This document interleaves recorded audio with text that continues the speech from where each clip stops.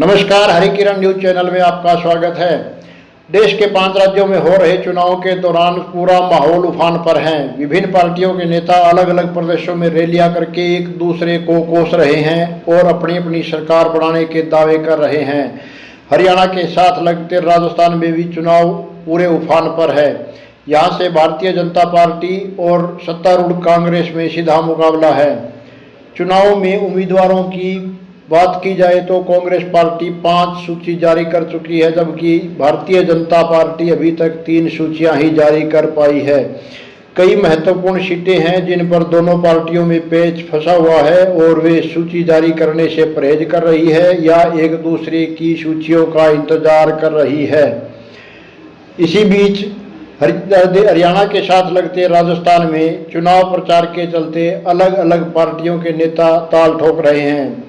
RLP और Azad Samaj party गठबंधन भी सत्ता में आने का दावा कर रहा है। कांग्रेस पार्टी अपने 5 साल के दौरान किए गए कार्यों के बल पर दोबारा सत्ता में आने के प्रयास में है। वहीं भारतीय जनता पार्टी कांग्रेस शासन के दौरान भ्रष्टाचार व अनियमितताओं के आरोप लगाकर कांग्रेस को सत्ता से बेदखल करने पर उतारू है। हरियाणा कांग्रेस के दिग्गज नेता रहे कुलदीप बिश्नोई को भाजपा में शामिल करके और भारतीय जनता पार्टी राजस्थान का सह प्रभारी बनाकर भाजपा ने जो चाल चली है उससे कांग्रेस पार्टी के सामने भी मुश्किल खड़ी हो गई है। आमतौर पर मतदाता, खासकर राजस्थान का बिश्नोई बाहुल्य वोटर चौधरी भजनलाल की वजह से कांग्रेस के साथ होता था, लेकिन इस बार कुलदीप बिश्नोई के भाजपा में शामिल होने और भाजपा के सह प्रभारी बनने के कारण बिश्नोई वोटरों का झुकाव भाजपा की तरफ होने से भारतीय जनता पार्टी को सीधा फायदा मिलता नजर आ रहा है। बिश्नोई बाहुल्य इलाकों में यह कांग्रेस के लिए भी बड़ी चुनौती बनती जा रही है। राजस्थान कांग्रेस में कुलदीप बिश्नोई के मुकाबले ऐसा कोई बड़ा नेता नहीं है जो उनसे हुए नुकसान को पाट सके। इसी बीच अखिल भारतीय बिश्नोई महासभा के राष्ट्रीय अध्यक्ष देवेंद्र बुढ़िया का कहना है कि राजस्थान के चुनाव में बिश्नोई समाज अहम रोल अदा करेगा।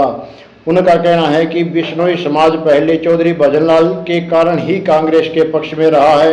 इस बार 90% से ज़्यादा बिश्नोई समाज कुलदीप बिश्नोई की वजह से भारतीय जनता पार्टी के साथ है। उन्होंने यहाँ तक दावा कर डाला कि राजस्थान में भारतीय जनता पार्टी की सरकार बनेगी और कांग्रेस सत्ता से बाहर होगी।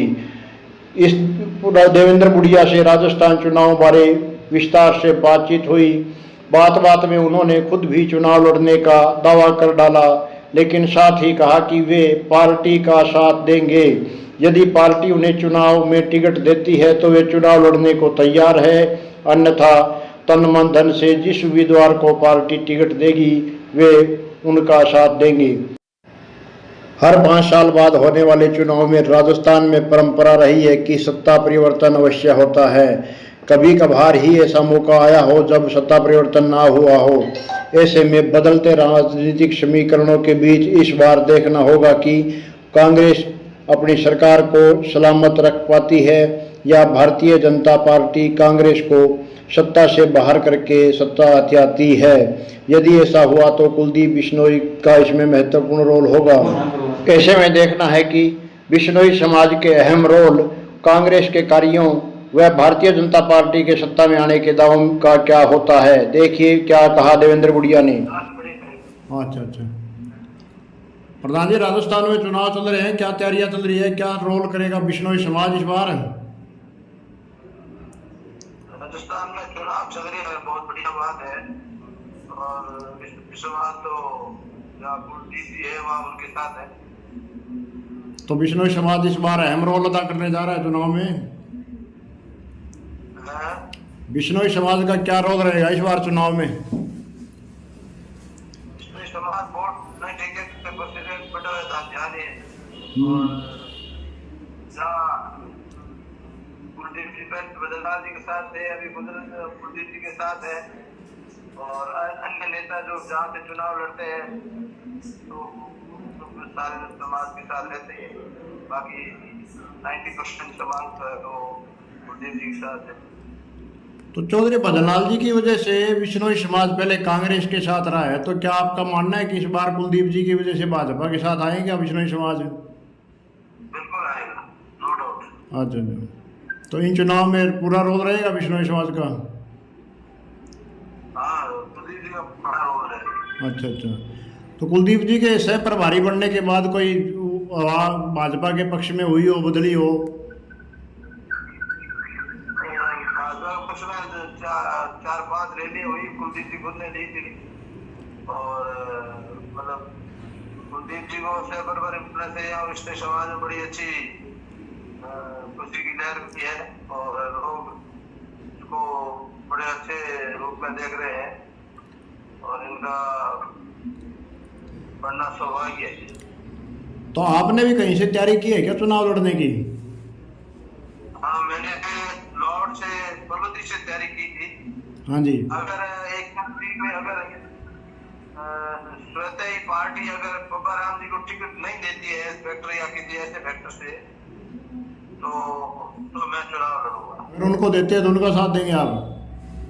बिल्कुल साथ, तन मन धन से। हाँ जी हाँ जी। तो बिश्नोई समाज के अध्यक्ष बने आपको शायद 2-2.5 साल हो गए, कोई खास बड़े काम आपने किए हो समाज को, जिससे समाज का आपके प्रति रुझान? मैं तो जिस दिन से बड़ा हूँ समाज में काम कर रहा हूँ, कुछ न कुछ करता ही रहता हूँ। हाँ जी। धर्मशाला गुड़गांव भजनलाल स्मृति सदन का उद्घाटन करा दिया, वो कंप्लीट करा दी। और जयपुर के अंदर धर्मशाला के लिए प्लॉट लेके रजिस्ट्री का बिल्डिंग का नक्शा बन रहा है, वो स्टार्ट कराए, वो बना देंगे। और बहुत ही मतलब मुकाम और समाधान में सौंदर्यीकरण के काम करे हैं, कई सुलभ कॉम्प्लेक्स करे हैं, कई स्टेज बनाए हैं और पार्किंग बनाई है, लाइव किया है और लंगर में कई महिला शेड बनाते हैं और काम तो बहुत कुछ करने की कोशिश कर रहे हैं, तो करिए।